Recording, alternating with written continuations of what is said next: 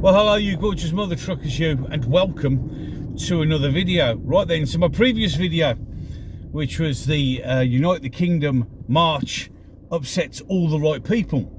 And my God, you can see that it definitely has upset all the right people, because they are, this morning especially, on all of the good morning, this, that and the other, it was all those far-right racists. I mean, getting Ranveer Singh to come on. I felt so scared for me and anyone else like me and my son because of our brown skin. Completely oblivious to the fact that there was an awful lot of people with brown skin, white skin and black skin. All of them. They were all there. And apart from the bit where the police panicked initially because they underestimated the numbers, and then deliberately tried to provoke conflict, which was the state doing what the state does best. And there is multiple accounts of that occurring. Everybody else has said what a wonderful atmosphere it was, families, people enjoying themselves, everything. But of course, it was always going to be branded as a far-right rally, because they have to keep the rhetoric. But it shows you that if it was something that they weren't bothered about, they wouldn't talk about it. They wouldn't ramp up the rhetoric to counter it. It's that simple. So it is bothering them when Keir Starmer comes out and goes on about, we won't allow them to take control of their flag. As I said in the previous video, it means that it's bothering them. They know. For them to come out and say, oh, Elon Musk is interfering. What Elon Musk is saying is what everybody is feeling. It's time to get rid of this government because they're working to our detriment. They are supposed to protect the British public. They're supposed to promote us and put us first. And all they're doing is everything but that. Everything they can to do the complete and utter opposite. So when he says, you need to get rid of your government, we need to get rid of our government. And it's amazing how all these left-wing politicians and all these social commentators who still, after Charlie Kirk's death, carry on with their dehumanising rhetoric to make everybody Nazis and everybody evil. Yeah, they're still doing it now, ramping it up still, even still. They're there going on about we shouldn't have foreign politicians interfering in our elections and our democratic process. But then it's fine when BlackRock gets involved. It's fine when Bill Gates gets involved. Oh, but that's different. I'm still trying to figure out how it's different, but apparently it's different. It's not different, it's the same. Absolutely the same. There is no difference between any of it at all. Is there, really? No, there isn't a difference. The only difference is this is bothering them because they don't like it when somebody else says the truth. When somebody goes, oh yeah, but what?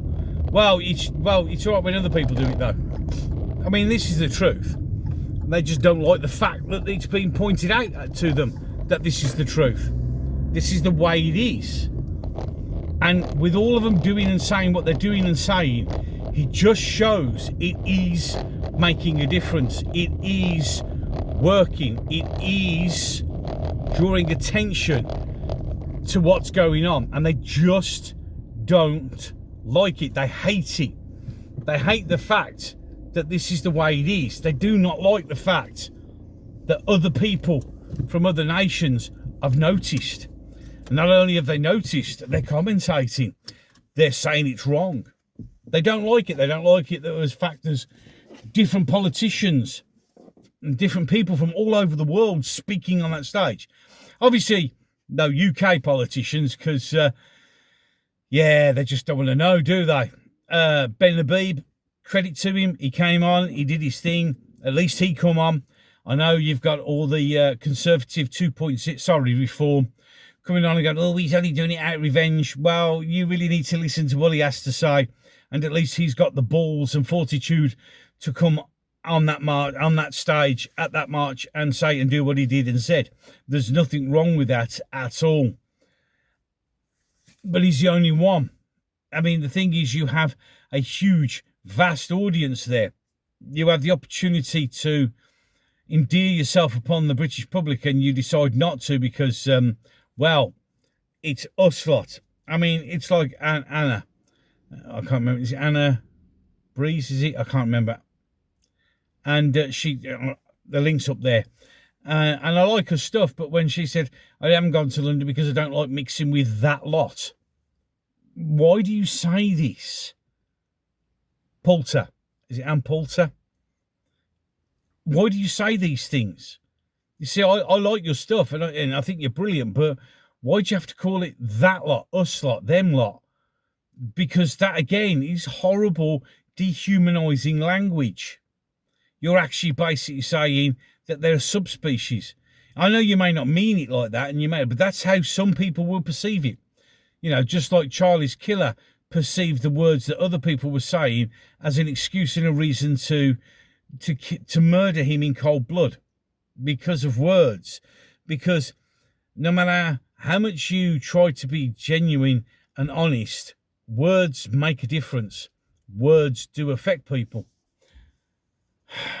And whether you like it or not, those words will lead to consequences that you cannot control. But the rhetoric continues all the time. I mean, I saw Andrew Neil going on about this, that, and the other, and he doesn't like this and he doesn't laugh. Well, who cares? But then he goes, oh, on Twitter, well, it's X. On Twitter, the usual numpties and loonies come out and put... You see, numpties and loonies then becomes fascists and racists. So you're saying, even though you're trying to not be as brutal with your language, you're doing the same. Because somebody doesn't agree with me, they're a numpty and a lunatic. You see, there are many, many people I do not agree with. I don't think they're lunatics. I don't agree with 99% of the things that George Galloway says, but I don't call him a lunatic or an insane numpty or a fascist or a racist, because he's entitled to his opinion, and every now and again, like every other human being, when they speak out, there are times when a human being that you may not agree with says something that actually makes sense, and you go, oh yeah. And that's the difference between me and a genuine leftist lunatic, a communist, socialist, Marxist moron, brainwashed. And they are. You see, I use those terms because that's exactly what they are. They are like that. And that's the difference. My philosophy has always been, which my father told me, never judge anybody or anything until you've tried to understand it. Until you've been in their shoes or in that situation. Do not judge. Always leave your mind open to the possibilities and that things aren't as you see them. And I've always lived my life by that. And that's where I am now, I guess. It just makes sense. But if you're wondering, it made no difference. It's made a big difference. You can see by that, they're doubling down, they're tripling down. The dehumanization, the slurs are continuing. And as I said in one of my live streams, Nick Freitas, if you've never watched him, great guy. And he's turned around and he said they changed the language from racist, fascist, transphobic, etc. to, like, if you, for instance, moaned about a trans person, no longer were you transphobic, you were committing trans genocide.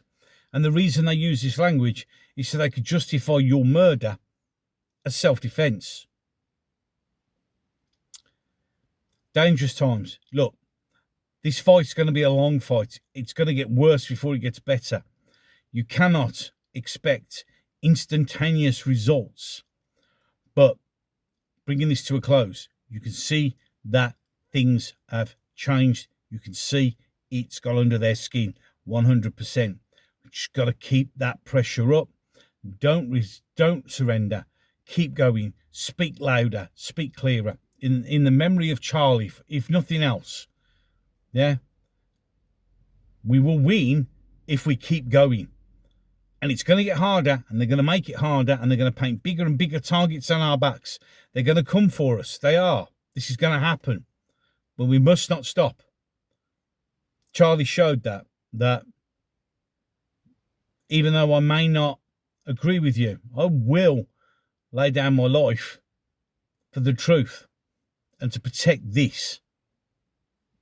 And I think a lot of us have got to come to that same conclusion. As I said, this is the final hill. There is no retreat. We have to stand on this hill. And if we have to die on this hill, so be it. Any case, enough of that. Ways to support the channel down below.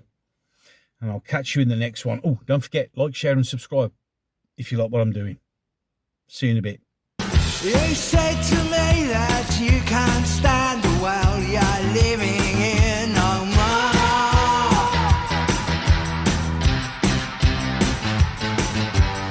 I can't say